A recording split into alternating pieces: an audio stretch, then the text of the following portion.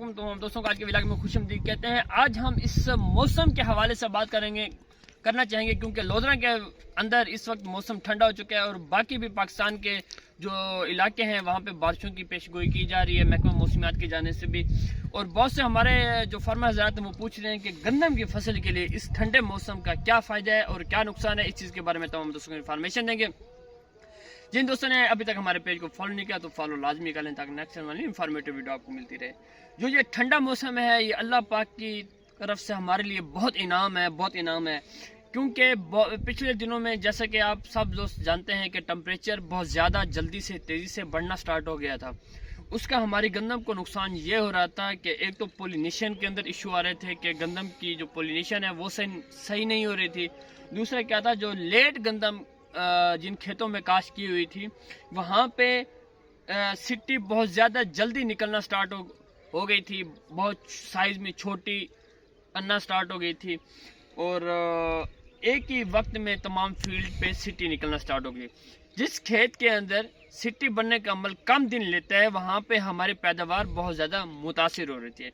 जिस खेत में सिट्टी ऐसे बनती है वहाँ पे हमारी पैदावार अच्छी आती है। जैसे कि आप सब दोस्त जानते हैं कि अगर 20 नवंबर के बाद जब हम गंदम की फसल काश्त कर रहे होते हैं तो हमारे बड़े या जो एग्रीकल्चर वाले हैं वो भी यही कह रहे होते हैं कि पर डे अगर आपकी गंदम की फसल एक दिन भी लेट हो रही है, ऐसे समझें कि 20 किलो पर एकड़ के लिहाज से जो आपकी पैदावार है गंदम की वो लेट काश्त करने की वजह से कम हैगी। लेकिन जब दाना बनने का अमल स्टार्ट हो चुका है तो इस वक्त अगर मौसम ठंडा हो जाए, अल्लाह पाक की रहमत हो जाए, तो ऐसे समझें जो आपकी पैदावार है वो 20 किलो पर एकड़ पर दिन के लिहाज से ज़्यादा होगी।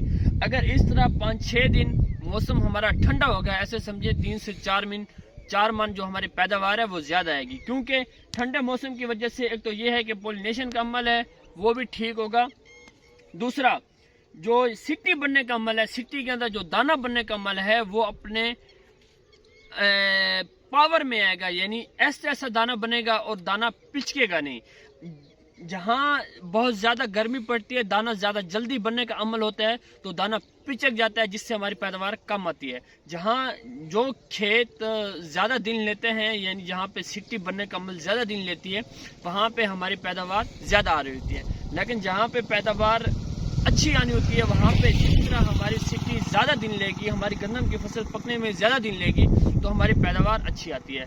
तो लेकिन ठंडे मौसम के बाद अब आपने अपनी गंदम की फसल के अंदर एक चीज़ का ध्यान रखना है कि ठंडे मौसम के अंदर जब 15 से 20 डिग्री सेंटीग्रेड टेम्परेचर आता है तो फंगस भी अटैक करती है। अपने खेत को फंगस आपने देखना है। अगर आपके खेत के अंदर कोई फंगस की कहीं पे रस्ट यानी पीले कलर की फंगस ऐसे यानी पाउडर टाइप होगी अगर आपको नजर आए तो अपनी खेत को फंजीसाइड का स्प्रे लाजमी करें, एहतियात करें। अगर आप फंजीसाइड का स्प्रे नहीं करेंगे तो जो पोलिनेशन जो फोटोसिंथेसिस का अमल होता है यानी खुराक बनाने का पत्ते का वो ख़त्म हो जाएगा जिससे हमारी पैदावार बहुत ज़्यादा मुतासिर होती है और हमारा पूरा खेत ही डैमेज हो जाता है। तो इस तरह आप सब दोस्त अपने खेत को देखते रहें। लेकिन जो ये बारिश है, ये मौसम है, ये अल्लाह पाक की बहुत बड़ी नेमत है।